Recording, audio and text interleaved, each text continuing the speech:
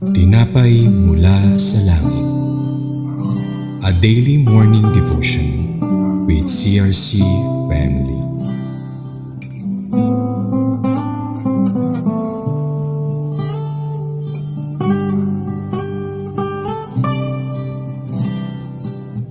Magandang umaga po sa bawat isa. Ako po si John Rayvel Españas from CRC Cabuyo Daughter Church. Samahan niyo po kami sa ating programang Tinapay Mula sa Langit, ang pang-araw-araw nating devotion sa salita ng Diyos. Pero bago po tayo magsimula, samahan niyo po ako sa isang maikling panalangin. Lord, maraming salamat po sa araw na inyong ibinigay sa amin upang makapagbahagi ng inyong mga salita. Nawa po ang mga makakarinig sa iyong mensahe ay isa pamuhay nila at ilagay nila sa kanilang mga puso. Sa ngalan ni Jesus, Amen. Ang devotion po natin ngayong umagang ito ay pinamagatang The Problem Raised by the Solution Regarding Zolpihad's Daughter, na atin pong babasa sa number 36 verse 3 to 4. Basahin po natin ito. Kung ang mapangangasawa nila ay mula sa ibang lipi, ang bahagi nila ay mapupunta sa liping iyon, kaya't mababawasan ang bahagi ng aming lipi. At pagdating ng taon ng paglaya, kapag ang lupaing na ipagbili ay binalik ng tuluyan sa dating may-ari, ang bahagi nila ay mauuwi ng lubusan sa lipi ng kanilang asawa. Kapag nagkagayon, mababawas ito sa aming lipi. Noong kapanahunan po,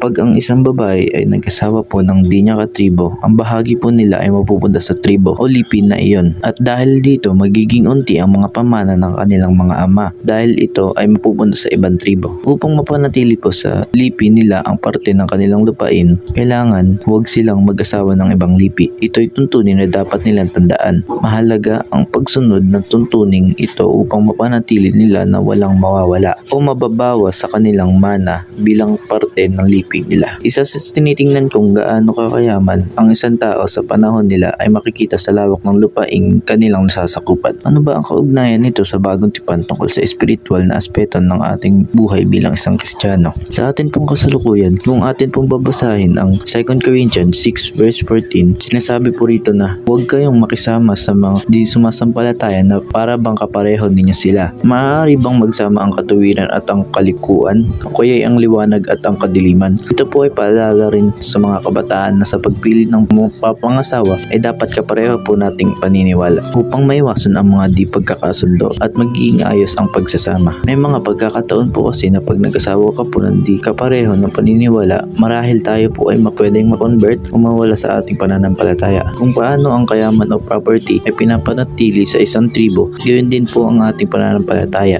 Dapat ito rin po ay may papasa natin sa mga susunod pa pong generasyon. Sa ating pong konklusyon, ang pagsunod sa tuntunin ng Diyos, material man o spiritual na aspeto ay nagdudulot ng mabuting at magandang buhay. Ito ang layunin niya sa atin. Ako lamang ang nakakaalam ng mga paano ka lang inihanda ko para sa ikabubuti ninyo at para dulutin kayo ng pag-asa sa hinaharap. Maraming salamat po sa inyong pakikibahagi sa ating programang Tinapay Mula sa Langit. Muli niyo po kami samahan sa araw ng bukas, 5:30 AM para sa ating pang-araw-araw na pagbubulay ng salita ng Diyos. Malaya po natin itong i-share sa ating mga kapamilya at kaibigan upang mas marami po pong makapakinig at magpagpala ng salita ng Diyos. Muli, magandang umaga and God bless us all.